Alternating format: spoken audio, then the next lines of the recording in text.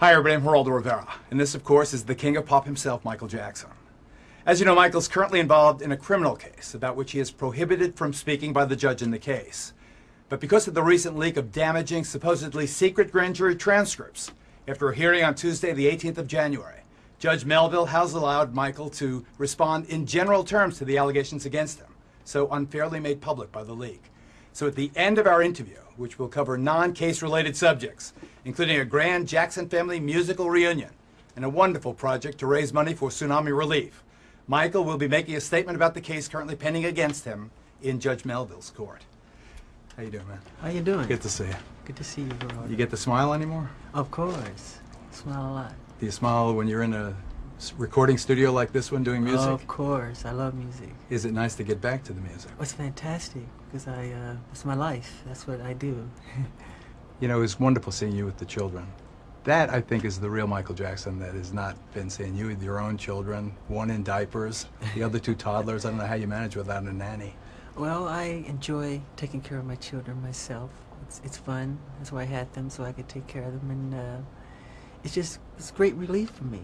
You know, it's pleasure. It keeps me happy and laughing, and they're wonderful, sweet, innocent children. They really are. I saw you as kind of the arbitrator between the Nickelodeon channel and the Disney channel there. That was yeah, you noticed. You get some really difficult problems to solve there. Yes. But you have such a kind of a normal life there. It's sweet to see. Thank you. But well, they bring me that, you know. Yeah, tell me what the children mean to you, your own children. They mean, it's hard to put it in words because they mean everything. The way you would explain how your children make you feel. I mean, they're the world for me. I mean, I wake up and I'm ready for the day because of them. I give them breakfast, I change diapers. If they want to read, we do a lot of reading. We play hide and seek, we play blindfold, and have a wonderful time with them. And you can create a world that at least begins to seem normal. I mean, they don't know any other world, obviously, but I do my best, for sure. So that is obviously a priority to you. Yes, of course. I want to be the best father in the world, of course. Do they know who you are or what you mean to people? Yes, they do. They've been on tours with me and in limousines and among a sea of fans. Do they like it? They find it exciting. They do. They want to get on stage. They bug me to go on stage with me. So pretty soon I'm going to take them on with me. Let the world see them for the first time. They don't say, Daddy, I want to go home and watch Nickelodeon? Probably. They do that too? Yes. So how do you feel being here in a recording studio again, focusing on the music again? Is it a relief in a sense? It's a great relief because it's what I do, and it makes me feel like I'm totally at home. I'm into my own. This is what I'm here for, and any of the arts like that could be film, music, you know, any type of art. I love it. So when you're being the quote-unquote king of pop, that's when you're most comfortable? I don't know. Or is it the creative process? The creative process, yes. I love creating. I love it. I'm obsessed with creating. I love it. I saw you and Randy, the way you guys react. It's very reminiscent of the way my brothers and I are together. Yeah. Who's top dog? Randy. Yeah. That's not what I saw. Yeah. But you trust your family. Of course. And that's, you have to. Is it blood thicker than water thing? What is it? Yeah, and family is everything to us. I mean, it's love. It's what we were taught, and values, and we're friends at the end of the day, which is important. Other than what the public or press people say, we're friends. We love each other very much. So is the family still closely knit despite all the kind of tabloid stuff over That's the years? sensationalism. How do you deal with that? How do I deal with sensationalism? Yeah, how do you deal with everything in your life being magnified, exaggerated? It's not true. Almost to a grotesque It's like looking at a fictitious movie because it's fiction. It's like watching science fiction. It's not true. And I know myself. And it's sad when other people have to read those things and they believe it. But do you feel like holding a press conference every week and saying, well, this is the rumor du jour? That's not true. No, because I know eventually the truth will prevail. And I'm about truth, you know? I've researched it, and I can't find anyone who's been more frivolously sued than you for the most outrageous reasons. One of your attorneys told me that a woman called Billie Jean Jackson called and said, stop accepting any paychecks, Mr. Attorney. I'm the wife, and I'm Billie Jean, taking it obviously from your hit song. Yes. I mean, how do you? First of all, does it affect you, the rumors? Does it affect me? Yeah. Yes, but I become immune in a way too. I'm very strong. I have rhinoceros skin, and but at the same time, I'm human. You know, so anything can hurt like that. You know, but I'm very strong. And I just don't like people hearing about such false information. For instance, did you father quadruplets last year? There was a crazy rumor that... Then they became twins, I know. I don't know what happened to the other two. Maybe they were abducted by aliens. Yeah, I heard about that story. No, I don't have any twins. And they said I'm hiding them or something. No, it's another made-up rumor. So it's completely false. Yeah, I think the bigger the star, the bigger the target. I'm not trying to say I'm the super-duper star. I'm not saying that. I'm saying, you know, the fact that people come at celebrity. We're targets. And... but truth always prevails, and I believe in that. I believe in God, you know? Does that faith sustain you? Of course it does. How about friendship? What about friendship? Do you rely on friends? Have people stayed with you through thick and thin? Who are your best friends? My children and my family, my brothers and my sisters, and yeah, most people have. Most people have. Do you want to mention the names of the True Blue? The faithful, you would know them, so it's... Elizabeth Taylor? Well, she's very loyal. I see Elizabeth all the time, and she's my dear friend. I was just at her house. We had wonderful talks on the phone at night, several times a week sometime. So how long have you two been friends? I've known Elizabeth closely since I was 16, yeah. And you've been making music since you were 5? Yes. So you're in your 5th decade. That's 41 years of making music. Yes. You ever get sick of it? No. No, not at all. I never get enough of it. Really? Really. Do you ever get sick of Randy? Never. He's here, Liz, Joe. That's no, right. Never. He's wonderful. He's been very supportive and amazingly brilliant, really.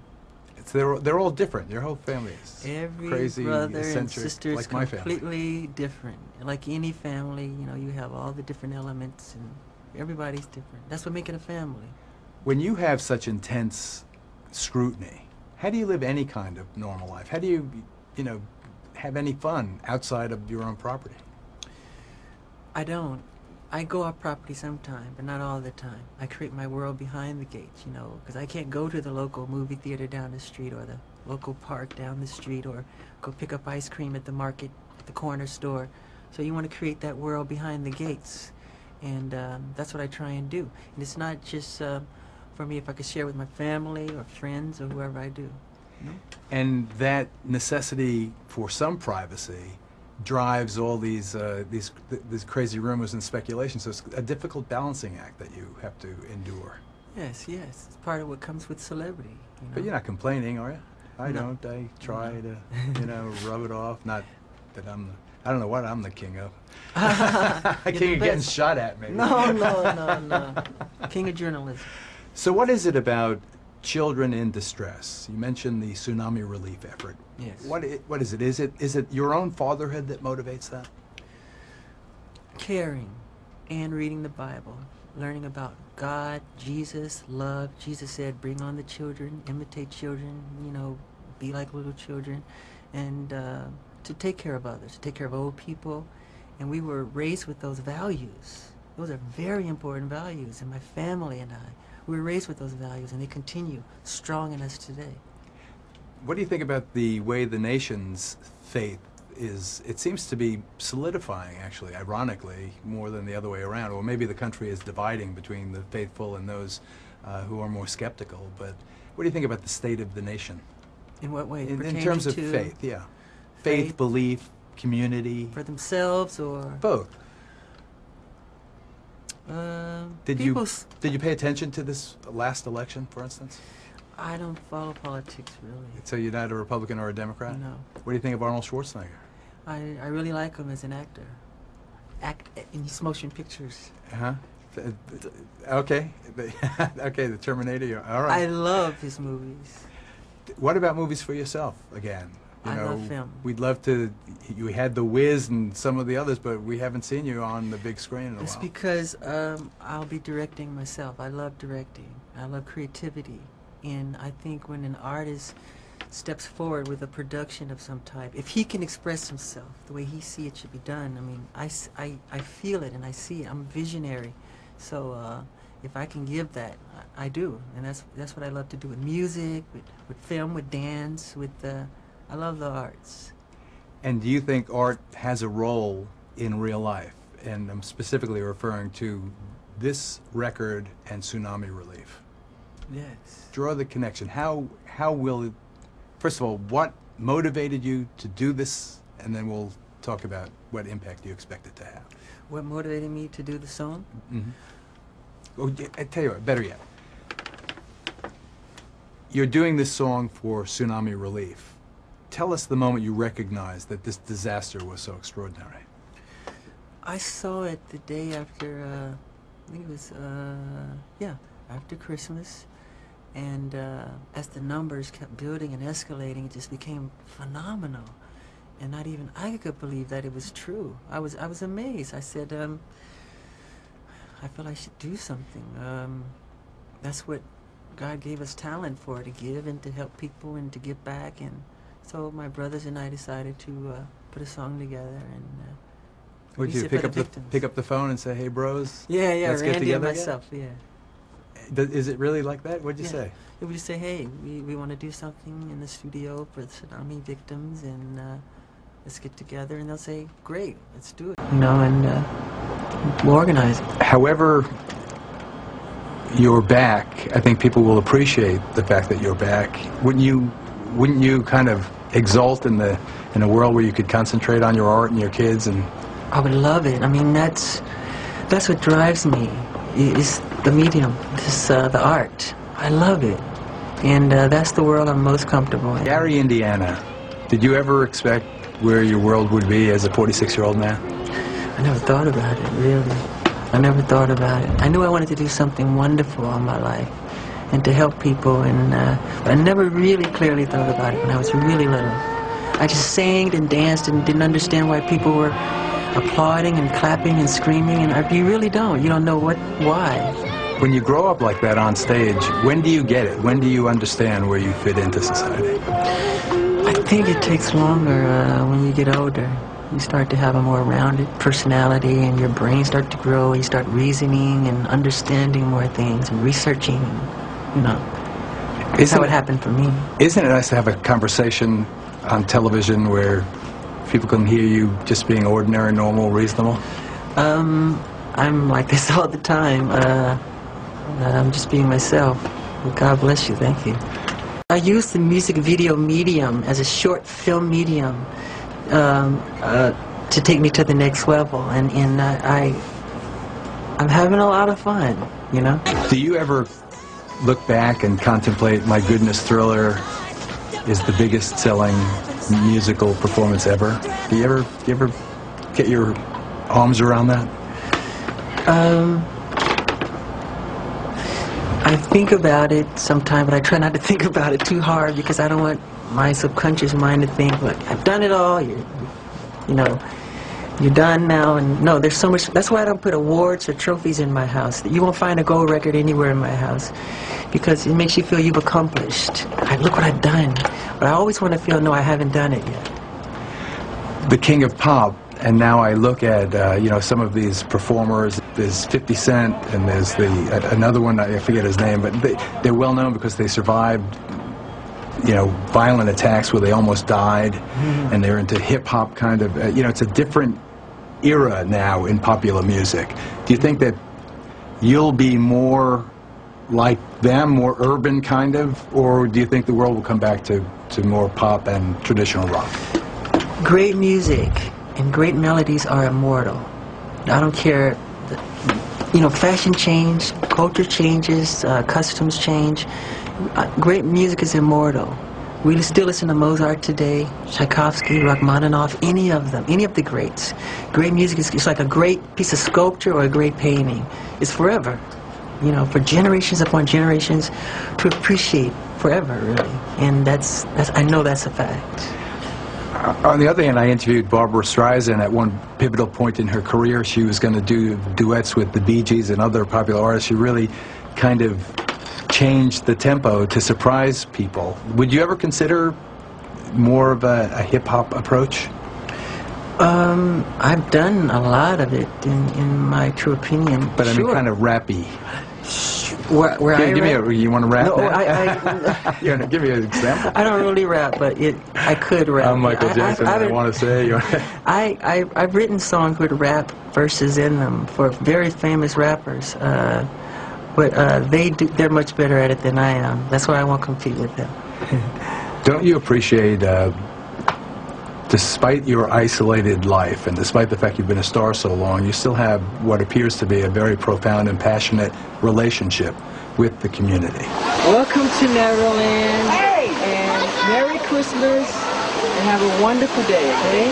Thank you. Does that support you? Does that sustain you? Do you agree with me?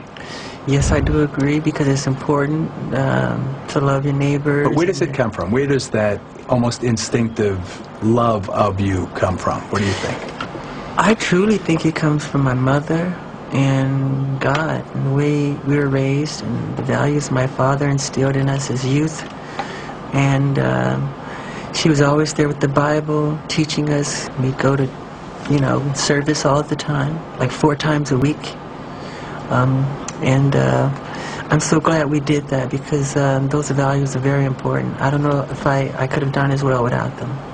Do you still spend time with Mom and Dad? Yes, of course. They're not far from here right now. That's right. And what is that relationship all about? I'm so close to my mom, obviously. It's wonderful, actually. At this season in our lives, at this stage, I think you tend to appreciate who your parents are more and what they've done for you. You almost start to retract everything and where you are in your life and all the wonderful things they instilled in you. You start to see them come forth, to take fruition in your life. And I'm starting to, see a lot of things, traits that my father influenced me on, and my mother, and so it's been amazing. My friend Cheech, who you know, whose partner Tommy Chong helped discover you guys. Yeah, I like that Bobby guy. Taylor of the Vancouvers. Yeah. He says as he gets older, he looks at his father's face in the mirror. Do you feel that? Are you becoming like your dad, or do you see very much like my father in a lot of ways. Tell us.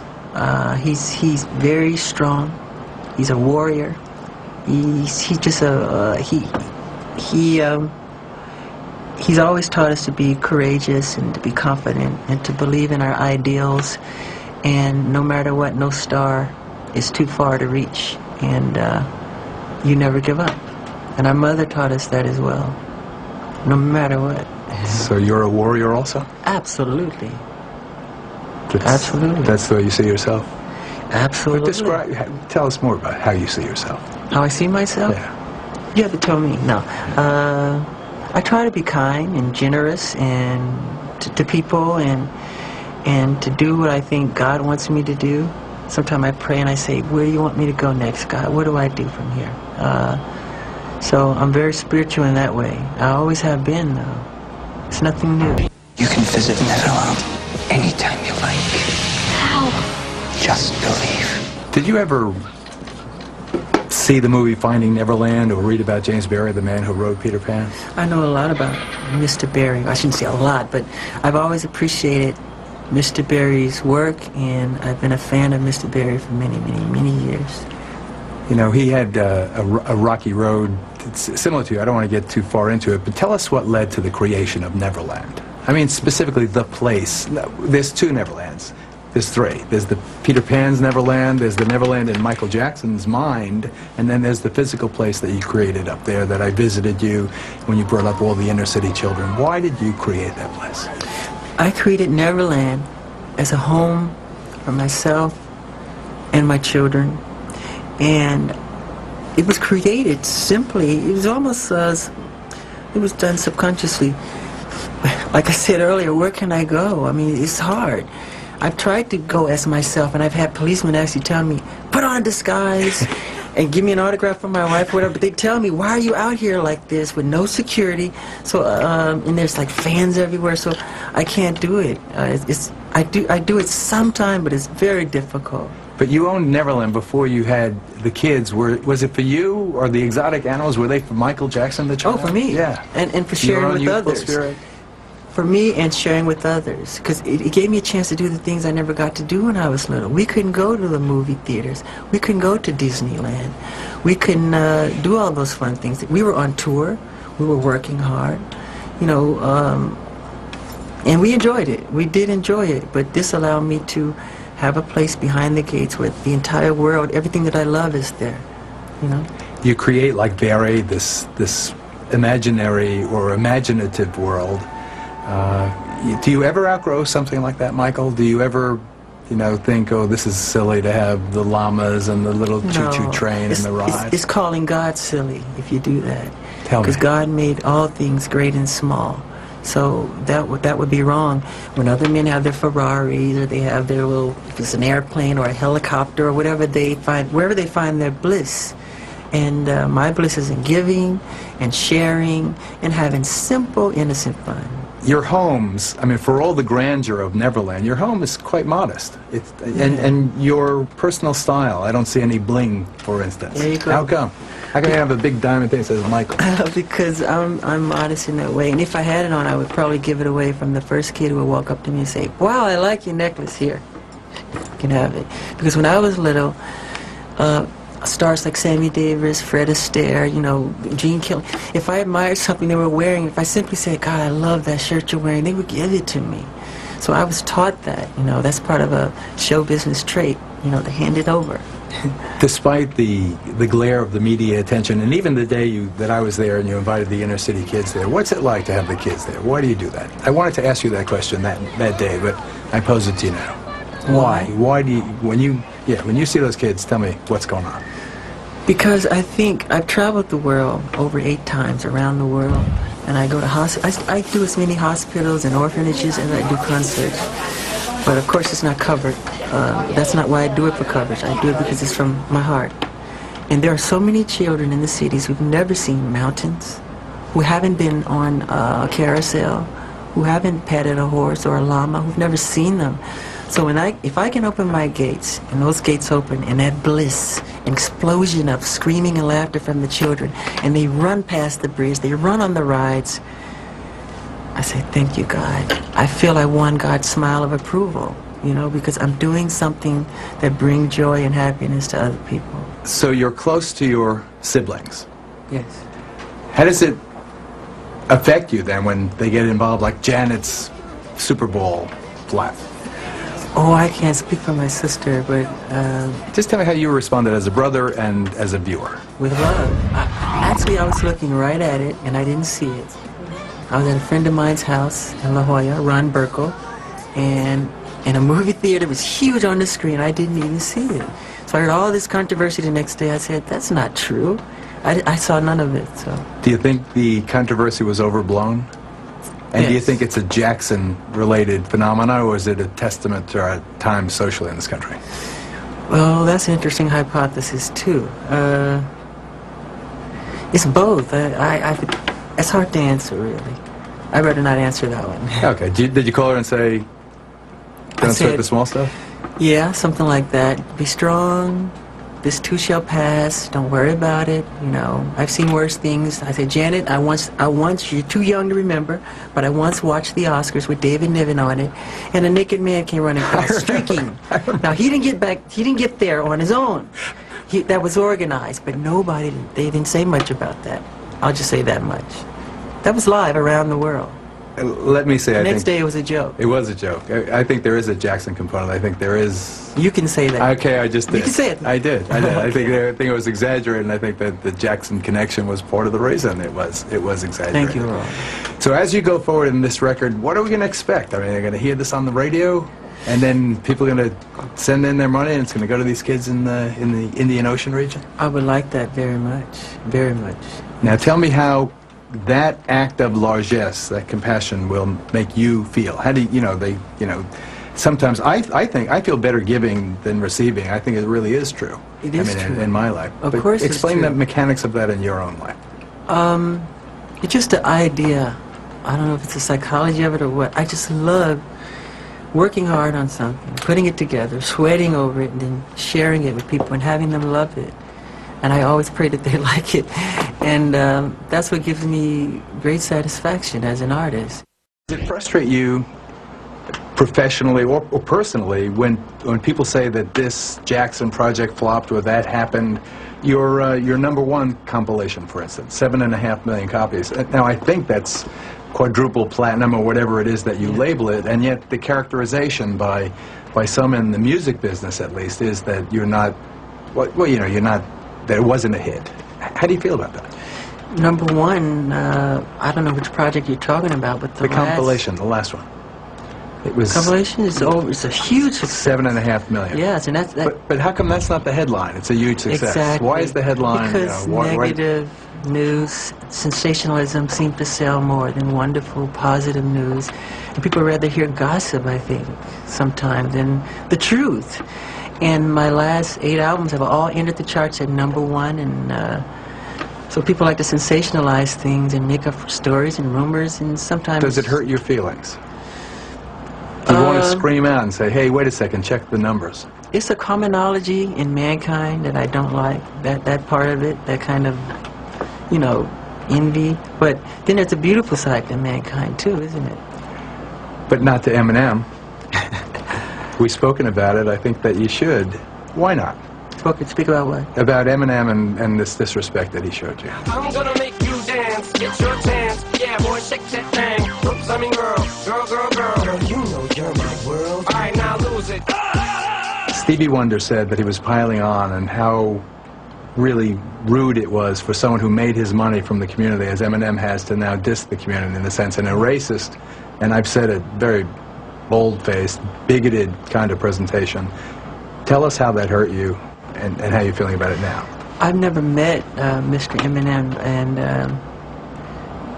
to have him, I've always admired him, and to have him do something like that was pretty painful as an artist to another artist.